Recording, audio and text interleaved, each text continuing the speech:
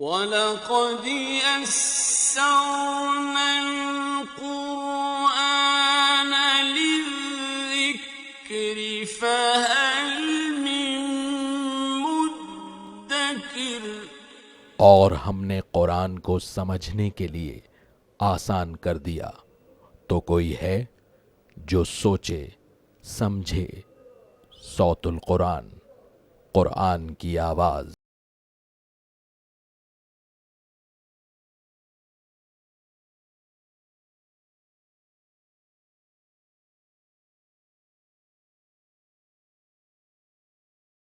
نحمده ونصلي على رسوله الكريم اما بعد فاعوذ بالله من الشيطان الرجيم بسم الله الرحمن الرحيم ونفخ في الصور فإذا هم من الأجداث إلى ربهم ينسلون صدق اللہ العظیم۔ سورہ یاسین آیت نمبر 51 سے ہم اپنا مطالعہ شروع کر رہے ہیں۔ اب اس سورہ مبارکہ کا رکوع نمبر 4 شروع ہو رہا ہے۔ رکوع نمبر 4 اور 5 میں اللہ تعالیٰ نے قیامت اور آخرت کے حوالے سے تفصیلی گفتگو ارشاد فرمائی ہے۔ چوتھے رکوع کا آغاز ہو رہا ہے، اس میں قیامت کا ذکر ہے، سور کے پھونکے جانے کا ذکر ہے، قیامت کی حاضری اور وہاں کے نتائج کا بیان ہے، اور انسانی اعضاء گواہی پیش کریں گے انسانوں کے اعمال کی، اس کا ذکر آیا ہے۔ وَنُفِخَ فِي الصُّورِ، اور سور پھونکا جائے گا، فَإِذَا هُم مِّنَ الْأَجْدَاثِ إِلَىٰ رَبِّهِمْ يَنْسِلُونَ، بس وہ فوراً قبروں سے اپنے رب کی طرف دوڑیں گے۔ قالوا یا ویلنا من بعثنا من مرقدنا، وہ کہیں گے ہائے ہماری شامت، ہمیں کس نے اٹھا دیا ہماری آرام گاہوں سے۔ نوٹ فرمائیے، قبر سے اٹھائے جائیں گے۔ آرام گاہ اس معنی میں کہا گیا کہ جب مجرمین قیامت کی ہولناکی اور اس کے عذاب کو دیکھیں گے تو وہ محسوس کریں گے قبر کا عذاب تو کچھ بھی نہیں تھا ہمارے لیے، تو وہ اس کو آرام سمجھیں گے۔ اس لیے کہ انسان پر جب کوئی بڑی تکلیف آ جاتی ہے تو اس سے کمتر تکلیف محسوس ہی نہیں ہوتی۔ قالوا یا ویلنا من بعثنا من مرقدنا، وہ کہیں گے ہائے ہماری شامت، کس نے ہمیں اٹھا دیا ہماری آرام گاہوں سے، یعنی ہماری قبروں سے۔ ھذا ما وعد الرحمن، یہ ہے وہ جس کا رحمان نے وعدہ فرمایا تھا، وصدق المرسلون، اور رسولوں نے سچ کہا تھا۔ ان کانت الا صیحۃ واحدہ، یہ نہ ہوگی مگر ایک چنگھاڑ، زوردار آواز۔ فَإِذَا هُمْ جَمِيعٌ لَدَيْنَا مُحْضَرُونَ، بس فوراً وہ تمام کے تمام ہمارے سامنے حاضر کیے جائیں گے۔ فَالْيَوْمَ لَا تُظْلَمُ نَفْسٌ شَيْئًا، بس آج کسی شخص پر بھی کوئی ظلم نہیں کیا جائے گا، کوئی بے انصافی نہیں کی جائے گی۔ وَلَا تُجْزَوْنَ إِلَّا مَا كُنتُمْ تَعْمَلُونَ، اور تمہیں بدلے میں وہی کچھ دیا جائے گا جو کچھ تم کیا کرتے تھے۔ اب اہل جنت کا بیان آ رہا ہے۔ ان اصحاب الجنت اليوم فی شغل فاکہون، بے شک آج اہل جنت ایک شغل میں ہوں گے، خوش طبعی کرتے ہوں گے، یعنی سکون ہی سکون ہوگا، آرام ہی آرام ہوگا، نعمتیں ہی نعمتیں ہوں گی۔ ہم وازواجہم فی ظلال علی الارائک متکئون، وہ اور ان کی بیویاں سایوں میں تختوں پر تکیہ لگائے ہوئے بیٹھے ہوں گے۔ اب ایک مراد تو یہ ہے کہ بیویاں وہ کہ دنیا میں شوہر بھی اللہ کا فرما بردار رہے اور بیوی بھی اللہ کی فرما بردار رہے تو اللہ انہیں جمع فرما دے گا۔ اللہ ہمیں ایسی فیملیز عطا فرمائے۔ یا پھر یہ کہ اللہ کا ایک بندہ نیک ہے تو اس کو جنت کی کوئی نیک عورت عطا کر دی جائے گی، یا کوئی عورت اگر نیک تھی دنیا میں شوہر نافرمان تھا تو کسی جنتی مرد کے ساتھ اس کا نکاح اللہ تعالیٰ کرا دیں گے۔ ہم وازواجہم فی ظلال علی الارائک متکئون، وہ اور ان کی بیویاں سایوں میں تختوں پر تکیہ لگائے ہوئے بیٹھے ہوں گے۔ یہ اشارہ ہے کہ وہاں ریلیکسیشن ہے، وہاں آرام ہی آرام ہے۔ محنت اس دنیا میں ہے، جس نے آج اللہ کی اطاعت کی خاطر محنت کر لی کل اس کے لیے آرام ہی آرام ہوگا، لیکن جس نے آج اس دنیا میں نافرمانی کی، یہاں عیاشی میں لگا رہا تو کل اس کو جہنم کی سزائیں بھگتنی ہوں گی اور مشقت ہی مشقت ہوگی۔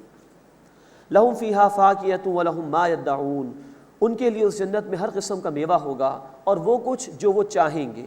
سلام، سلام کہا جائے گا۔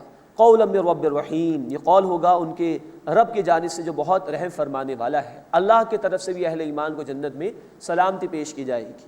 وامتازوا اليوم ایھا المجرمون، اور اے مجرموں آج علیحدہ ہو جاؤ، مراد ہے کہ ان کو اہل ایمان سے علیحدہ کر دیا جائے گا اور ان کے ساتھ عذاب کا معاملہ کیا جائے گا۔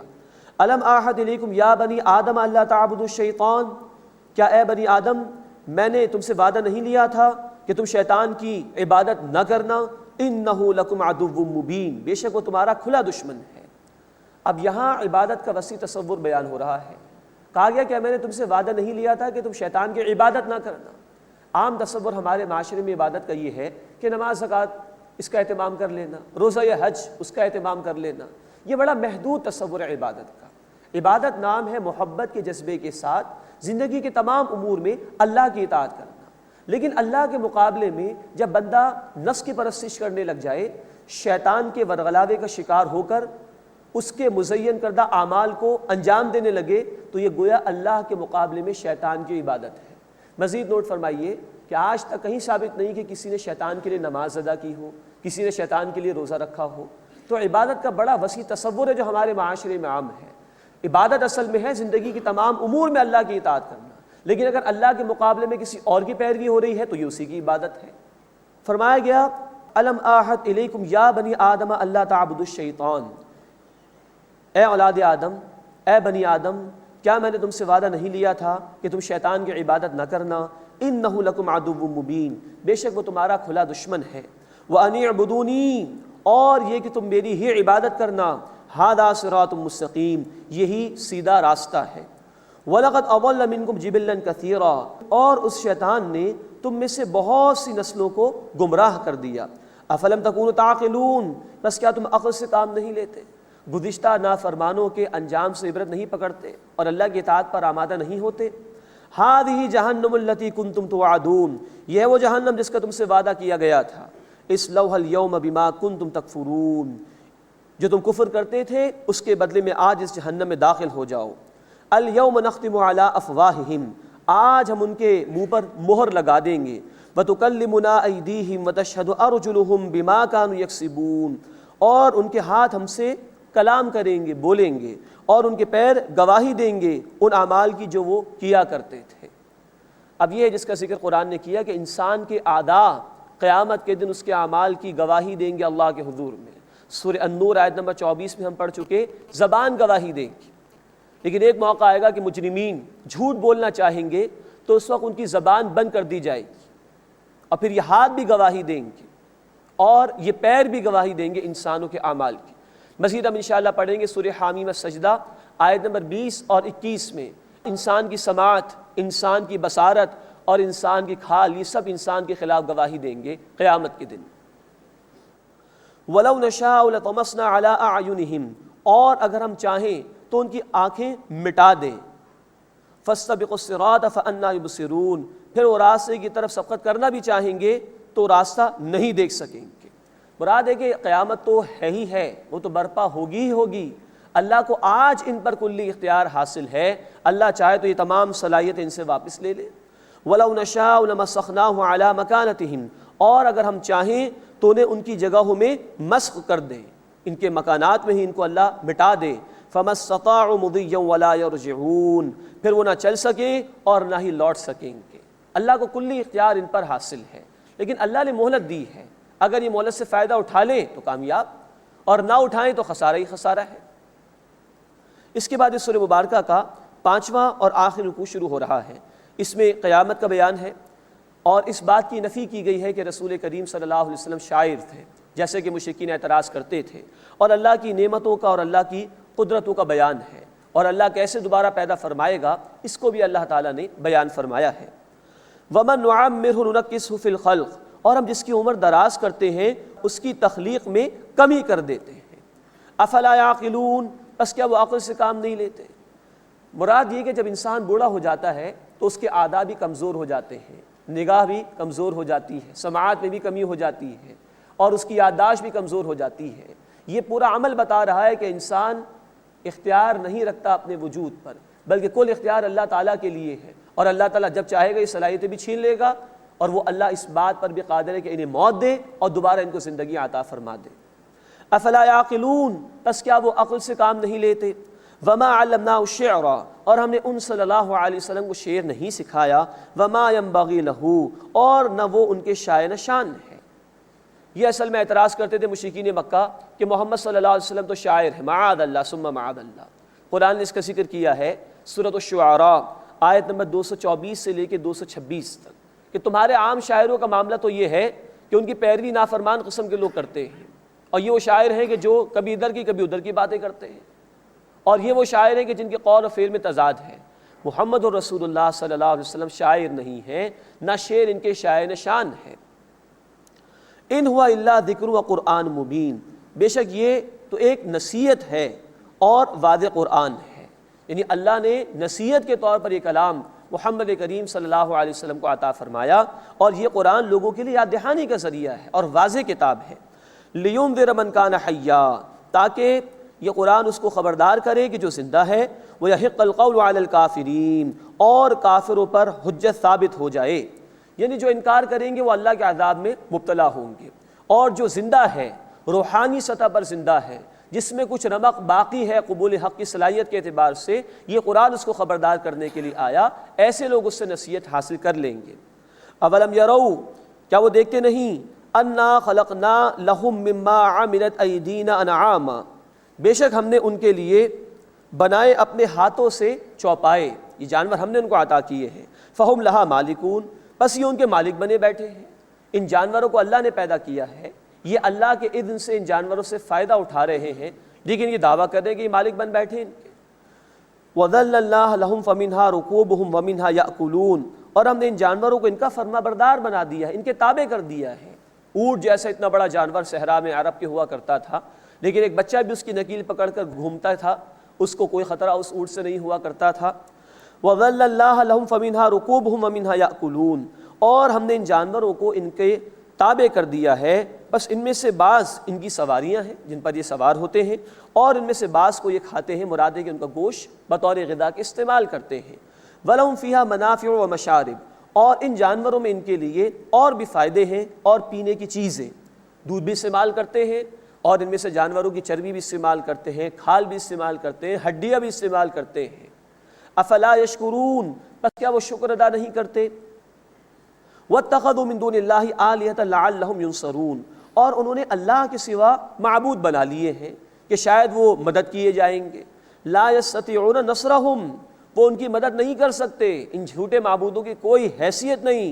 وَهُمْ لَهُمْ جُنْدٌ مُحْضَرُونَ، اور وہ ان کے لیے حاضر کیے گئے لشکر ہوں گے، یعنی جن بتوں کو انہوں نے پکارا وہ بت بھی اور یہ مشرکین بھی ایک ساتھ جہنم میں ڈالے جائیں گے، اور یہ بت بھی ان کی عبادت کا انکار کریں گے۔ اسی طرح اگر اللہ کے بندوں میں سے انہوں نے کسی کو پکارا ہوگا تو وہ بندے ان کی اس جھوٹی عبادت کا انکار کر دیں گے قیامت کے دن، گویا ان کے خلاف وہ حجت بن جائیں گے۔ فلا يحزنك قولهم، اے نبی صلی اللہ علیہ وسلم ان کی بات آپ کو غمگین نہ کرے۔ اب یہ تسلی دی جا رہی ہے رسول اکرم صلی اللہ علیہ وسلم کو۔ کبھی وہ کہتے تھے کہ یہ قرآن انہوں نے گھڑ لیا، کبھی اللہ کا انکار کر رہے ہیں، کبھی یہ کہہ رہے ہیں کہ اللہ ایک ہے، ہم ایک اللہ کی عبادت کیوں کریں، کبھی آخرت کا انکار کر رہے ہیں، کبھی نبی صلی اللہ علیہ وسلم کو مجنون کہہ رہے ہیں۔ تو یہ بڑی مشکلات تھی رسول اللہ صلی اللہ علیہ وسلم کے لیے اس راستے میں، یہ سب کچھ آپ کو سننا پڑ رہا تھا۔ فلا يحزنك قولهم، اے نبی صلی اللہ علیہ وسلم ان کا قول آپ کو غمگین نہ کرے۔ انا نعلم ما يسرون وما يعلنون، بے شک ہم جانتے ہیں جو کچھ وہ چھپاتے ہیں اور جو کچھ وہ ظاہر کرتے ہیں۔ اب اللہ کی قدرتوں کا بیان اور اس بات کا بیان کہ اللہ ہی دوبارہ پیدا کرنے پر قادر ہے۔ اولم یرى الانسان، کیا انسان نے نہیں دیکھا، انا خلقناہ من نطفۃ، کہ ہم نے اسے ایک نطفے سے، ایک معمولی قطرے سے پیدا کیا، فاذا هو خصیم مبین، پھر اچانک وہ کھلا جھگڑالو بن گیا، اللہ کے متعلق اس کو شکوک و شبہات ہو گئے، اللہ کا انکار کر رہا ہے، اللہ کی اس قدرت کا انکار کر رہا ہے کہ اللہ تعالیٰ دوبارہ زندگی عطا فرمائے گا۔ وَضَرَبَ لَنَا مَثَلًا وَنَسِيَ خَلْقًا، اور اس نے ہمارے لیے مثالیں بیان کی اور اپنی پیدائش کو بھول گیا۔ قَالَ مَن يُحْيِي الْعِظَامَ وَهِيَ رَمِيمٌ، کہنے لگا کہ ہڈیوں کو کون پیدا کرے گا جبکہ وہ گل گئی ہوں گی۔ یہ ہے جو انسان اس طرح کی باتیں اللہ کی طرف منسوب کرتا ہے کہ کیا دوبارہ میں زندگی ملے گی، شک میں گویا کہ انسان مبتلا ہے۔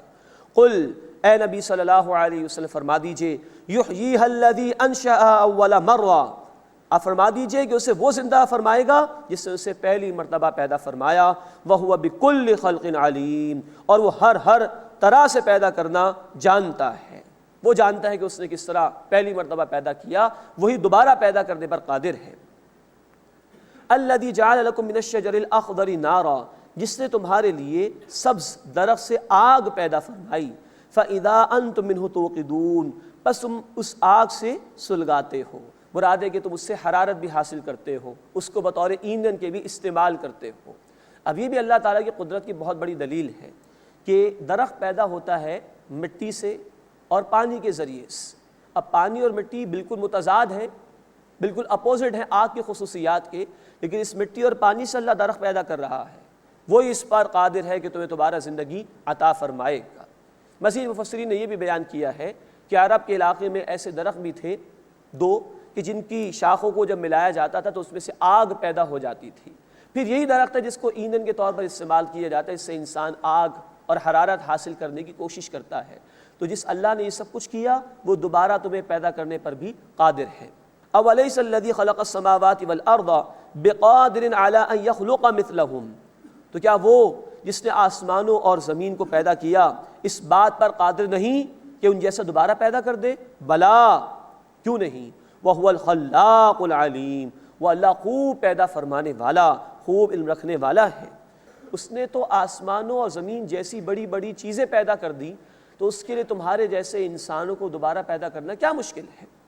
انما امرہ اذا اراد شیئا ان یقول له کن فیکون، بے شک اس اللہ کا معاملہ تو یہ ہے کہ جب وہ کسی بات کا ارادہ کرتا ہے تو اس کو کہتا ہے ہو جا، اور وہ بات ہو جاتی ہے۔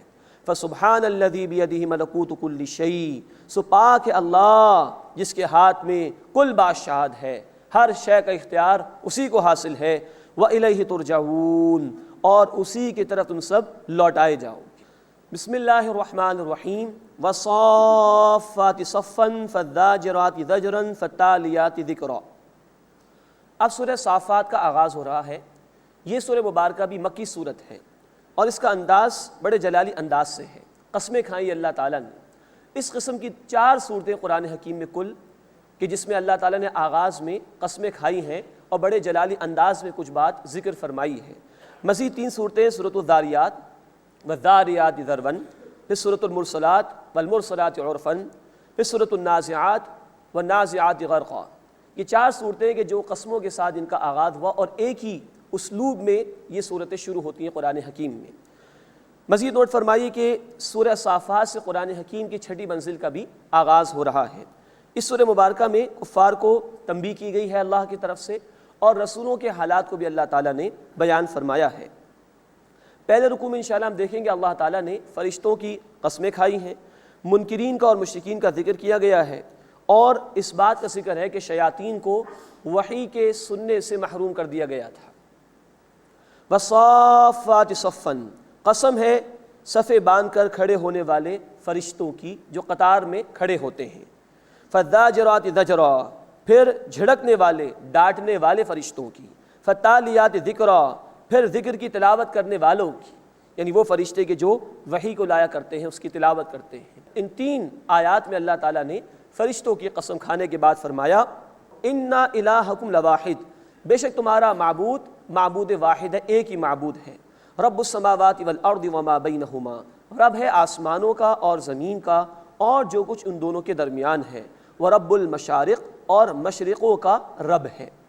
نوٹ فرمائی کہ سورۃ المعارج آیت نمبر 40 میں المغارب کے بھی الفاظ ہیں، یعنی مغربوں کا۔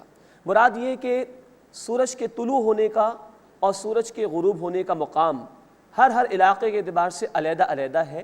یوں کہیں مشرق ہو جائیں گے، کہیں مغرب ہو جائیں گے، اللہ ان تمام مشرقوں اور مغربوں کا رب ہے۔ پھر اس کائنات میں بے شمار گیلیکسیز ہیں، بے شمار سولر سسٹمز ہیں، کئی سورج ہیں، تو اس اعتبار سے بھی کئی مشرقوں کا معاملہ اور کئی مغربوں کا معاملہ ہو جائے گا۔ وَرَبُّ الْمَشَارِقِ، اور وہ مشرقوں کا رب ہے۔ إِنَّا زَيَّنَّا السَّمَاءَ الدُّنْيَا بِزِينَةٍ الْكَوَاكِبِ، بے شک ہم نے آسمان دنیا کو مزین کیا ستاروں کی زینت سے، خوبصورت بنایا۔ رات کے موقع پر ایک گویا کالی چادر تنی ہوئی آسمان کی، اور خوبصورت نگینے اس پر گویا کے لگے ہوئے ہیں جو کہ ستارے ہیں۔ وَحِفْظًا مِنْ كُلِّ شَيْطَانٍ مَارِدٍ، اور ہر سرکش شیطان سے حفاظت کا ذریعہ بنایا۔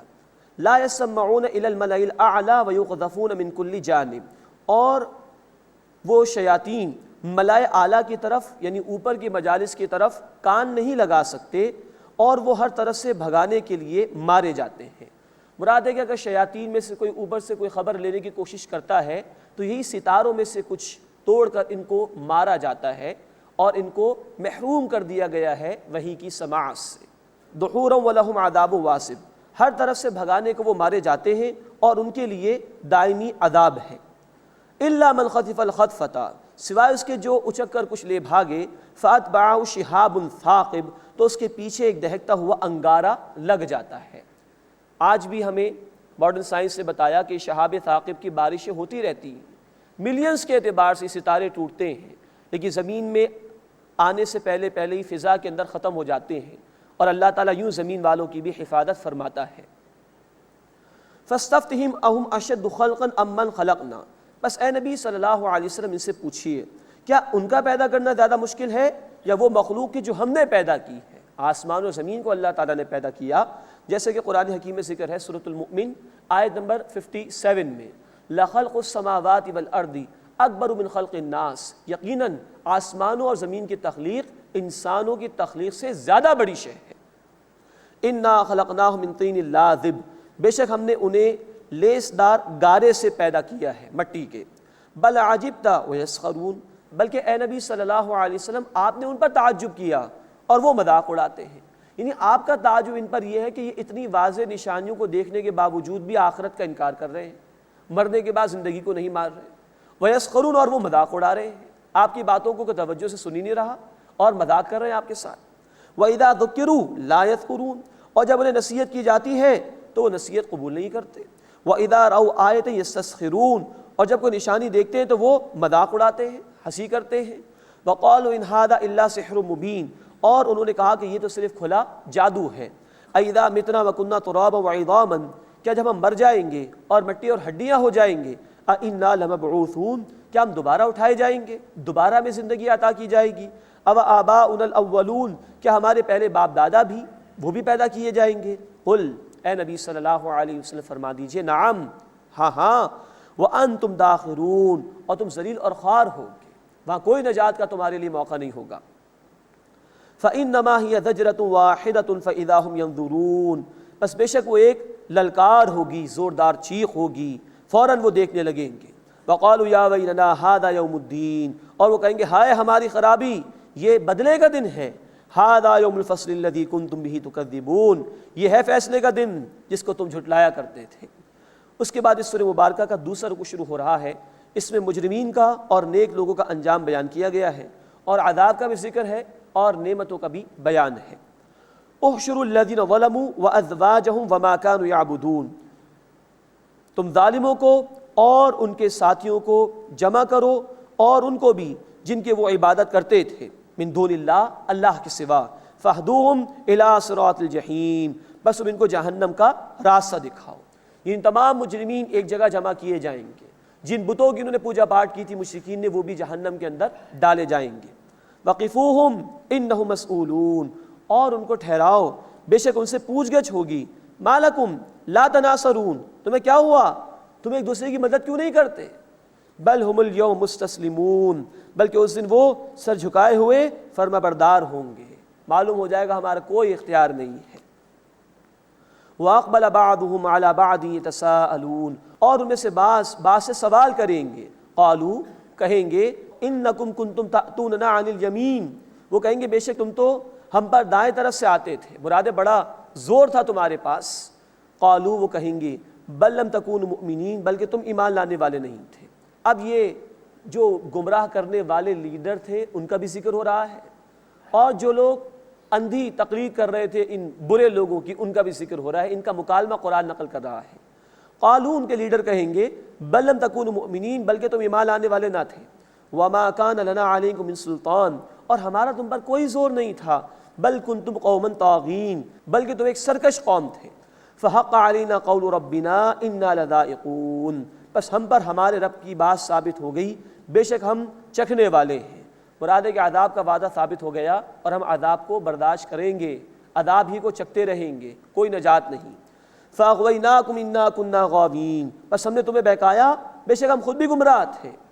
فإنہم یومئذ فی العذاب مشترکون، بس بے شک وہ اس دن عذاب میں بھی شریک رہیں گے۔ انا کذالک نفعل بالمجرمین، بے شک اسی طرح ہم کرتے ہیں مجرمین کے ساتھ۔ انہم کانوا اذا قیل لہم لا الہ الا اللہ یستکبرون، بے شک جب ان سے کہا جاتا تھا کہ اللہ کے سوا کوئی معبود نہیں تو تکبر کرتے تھے، دنیا میں اللہ کی عبادت سے انکار کیا۔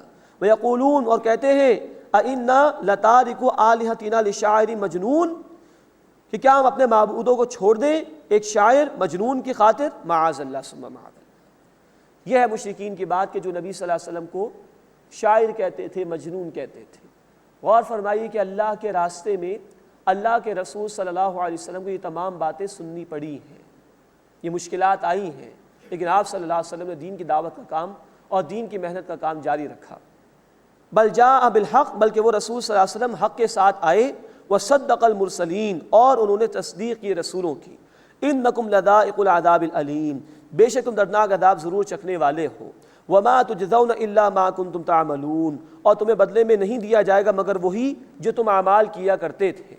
الا عباد اللہ المخلصین، مگر اللہ کے خاص چنے ہوئے بندے۔ اولئک لہم رزق معلوم، ان کے لیے مقرر روزی ہے۔ یہ اللہ کے نیک بندوں کے انجام کا ذکر ہے۔ فواکہ، میوے ہیں ان کے لیے۔ وہم مکرمون، اور ان کی عزت کی جائے گی۔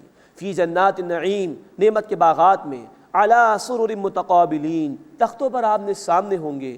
یطاف علیہم بکأس من معین، دورہ ہوگا ان کے آگے بہتے ہوئے صاف مشروب کے جام کا، عمدہ پاکیزہ شراب ان کو پیش کی جائے گی۔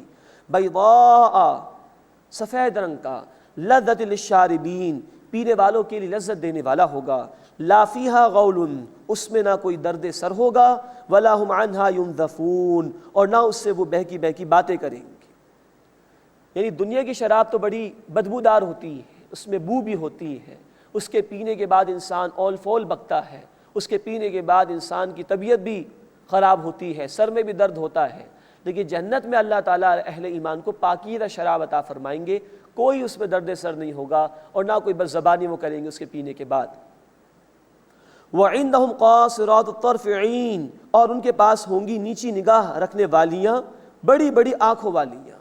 اب یہ جنت کی نیک جو خواتین ہیں جن کو حوریں کہا جاتا ہے ان کا ذکر ہو رہا ہے، لیکن نوٹ فرمائیے آگے فرمایا کأنہن بیض مکنون، گویا وہ انڈے ہیں پوشیدہ رکھے ہوئے۔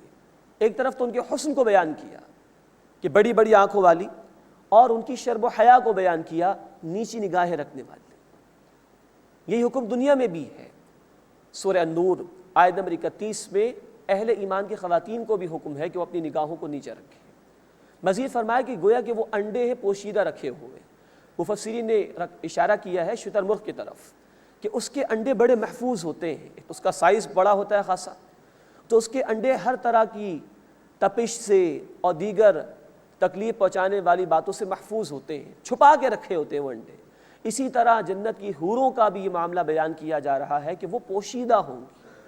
اب جو ہم آخری مکی صورتیں پڑھیں گے قرآن حکیم کی، اس میں بار بار جو ہے جنت کی حوروں کا ذکر ہے، وہاں کی عورتوں کا، لیکن یہ ذکر بار بار آتا ہے کہ وہ پوشیدہ ہیں، نیچی نگاہیں رکھنے والیاں ہیں۔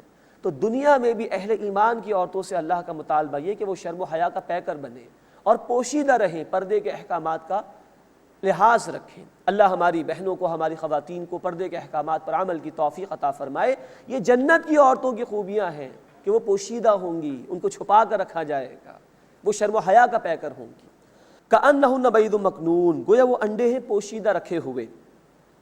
فاقبل بعضهم على بعض يتساءلون، پھر ان میں سے بعض کی طرف سوال کرتے ہوئے رخ پھیریں گے۔ اب ایک اور مکالمے کا ذکر آ رہا ہے اس مقام پر۔ قال قائل منهم، ان میں سے ایک کہنے والا کہے گا، ان کان لی قرین، بے شک دنیا میں میرا ایک ہمنشین تھا، میرا ایک ساتھی تھا، یقول اینک لمن المصدقین، وہ کہا کرتا تھا کیا تم واقعی قیامت کو سچ ماننے والوں میں سے ہو؟ اذا متنا وکنا ترابا وعظاما ائنا لمدینون، کیا جب ہم مر جائیں گے اور مٹی مٹی اور ہڈیاں ہو جائیں گے کیا ہمیں بدلہ دیا جائے گا؟ قال هل انتم مطلعون، وہ ساتھی کہے گا کیا تم دیکھنا چاہتے ہو؟ وہ کہ اب اللہ تعالیٰ یہ جنت والوں کو مشاہدہ کرائیں گے جہنم والوں کا، کیا دیکھنا چاہتے ہو اس کو؟ وہ تمہارا ساتھی کہاں ہے جو آخرت کا انکار کرتا تھا؟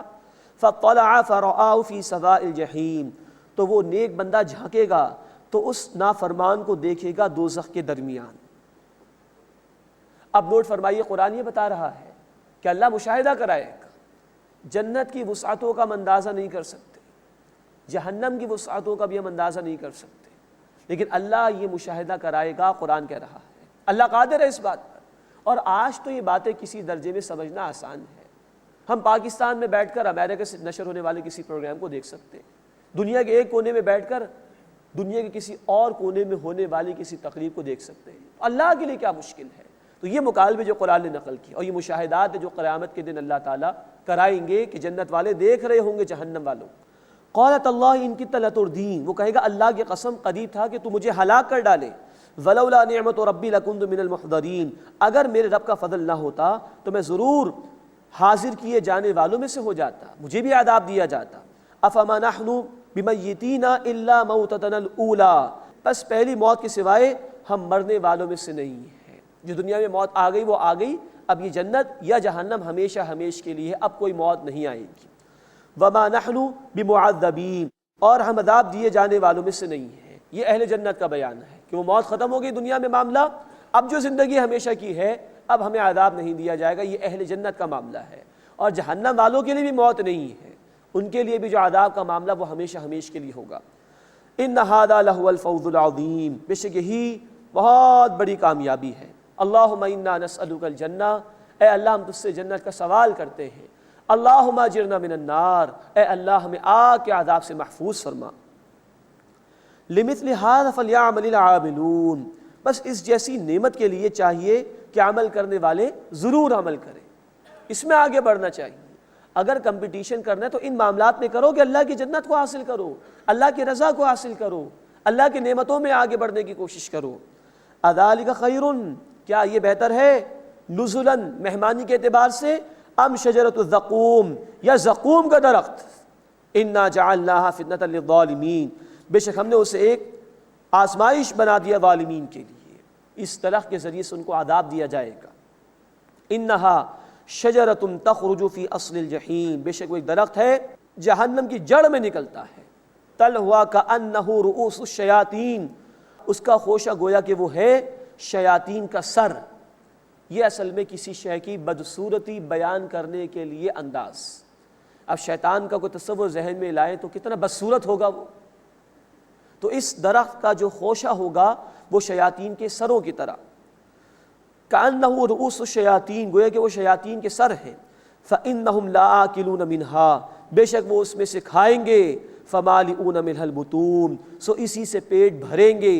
ثم ان لہم علیہا لشوبا من حمیم، پھر بے شک اس کھانے پر ان کے لیے کھولتا ہوا پانی ہوگا، ملا ملا کر دیا جائے گا، اس میں پیپ ملی ہوئی ہوگی جہنمیوں کی۔ ثم ان مرجعہم لإلی الجحیم، پھر ان کا لوٹنا ہے جہنم کی طرف۔ یہ ہے زقوم کا درخت۔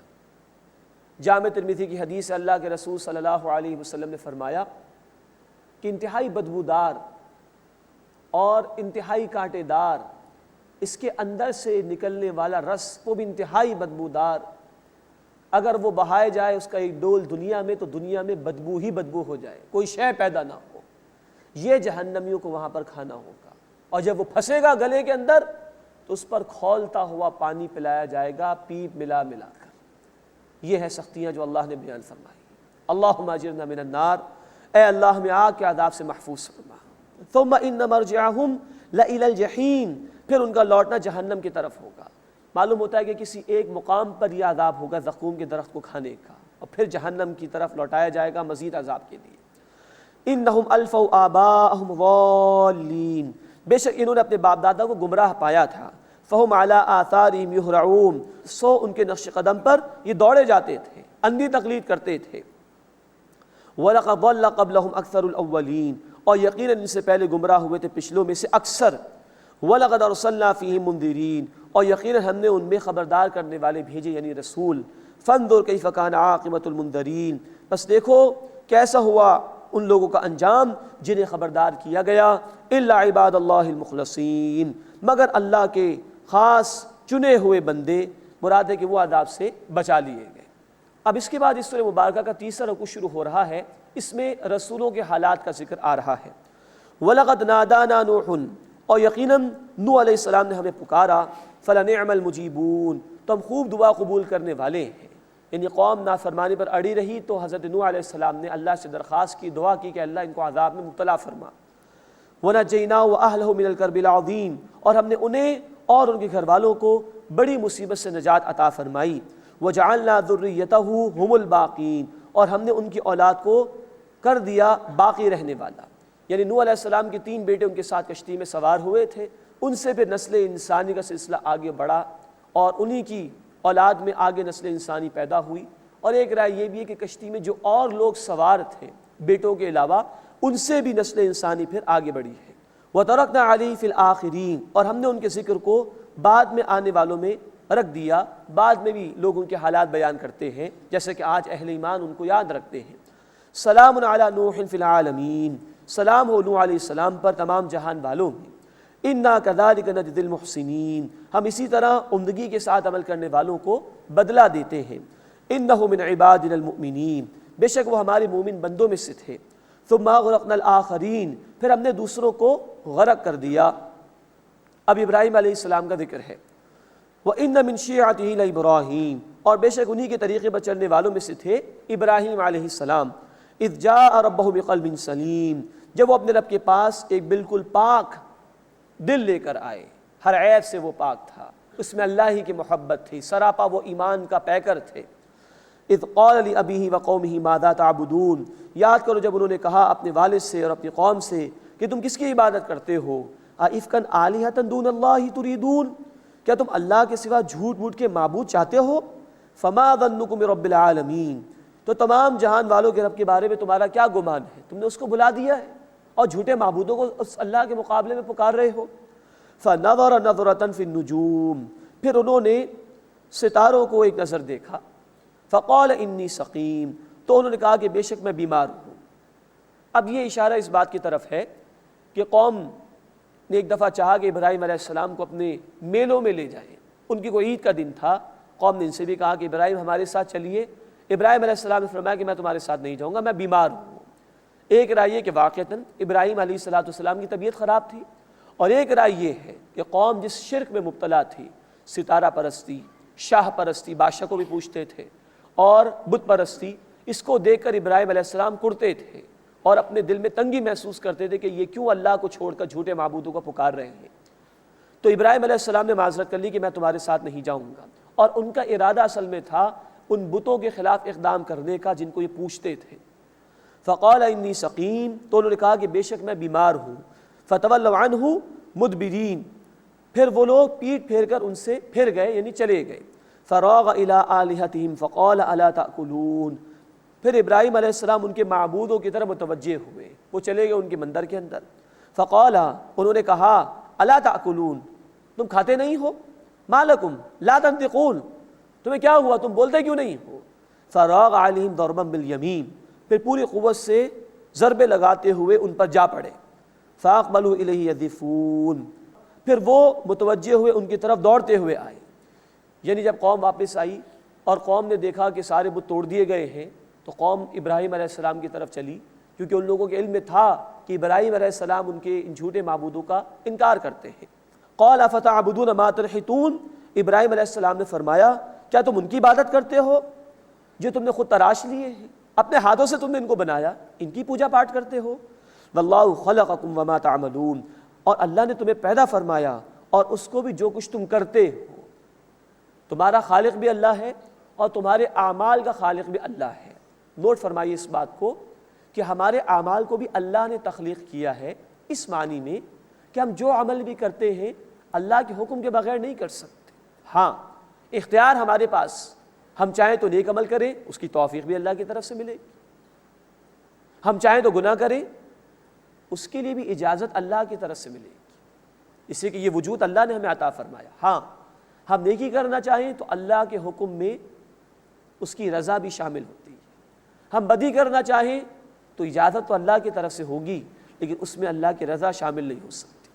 واللہ خلقکم، اور اللہ نے تمہیں پیدا فرمایا، وما تعملون، اور اسے بھی جو کچھ تم کرتے ہو یعنی تمہارے اعمال. قالوا ابنوا لہ بنیانا، انہوں نے ایک دوسرے سے کہا کہ ان کے لیے ایک عمارت بناؤ. فالقوہ فی الجحیم، اور انہیں آگ میں ڈال دو. فارادوا بہ کیدا، پھر انہوں نے ابراہیم علیہ السلام کے ساتھ چال چلنے کی کوشش کی. فجعلناہم الاسفلین، تو ہم نے انہیں پستیوں میں کر دیا، مراد ناکام کر دیا. ہم پڑھ چکے ہیں سورۃ الانبیاء میں ذکر آیا تھا آیت نمبر 69 میں کہ اللہ تعالیٰ نے اس آگ کو ابراہیم علیہ السلام کے لیے سلامتی بنا دیا. وقال انی ذاہب الی ربی سیہدین، اور ابراہیم علیہ السلام نے فرمایا کہ بے شک میں اپنے رب کی طرف جانے والا ہوں، وہ مجھے راستہ دکھائے گا۔ یہ اشارہ ہجرت کی طرف ہے، شام کی طرف وہ ہجرت کر گئے تھے۔ رب ہب لی من الصالحین، انہوں نے عرض کیا ہے میرے رب مجھے صالحین میں سے عطا فرما، یعنی اولاد عطا فرما نیک لوگوں میں سے۔ فبشرناہ بغلام حلیم، بس ہم نے ان کے لیے ایک بردبار لڑکے کی بشارت دی، تحمل والے لڑکے کی بشارت دی، یعنی اسماعیل علیہ السلام۔ بڑھاپا آ گیا تھا ابراہیم علیہ السلام پر، اس بڑھاپے میں تقریباً 87 برس کے تھے، اللہ تعالیٰ نے اسماعیل علیہ السلام ابراہیم علیہ السلام کو عطا فرمائے۔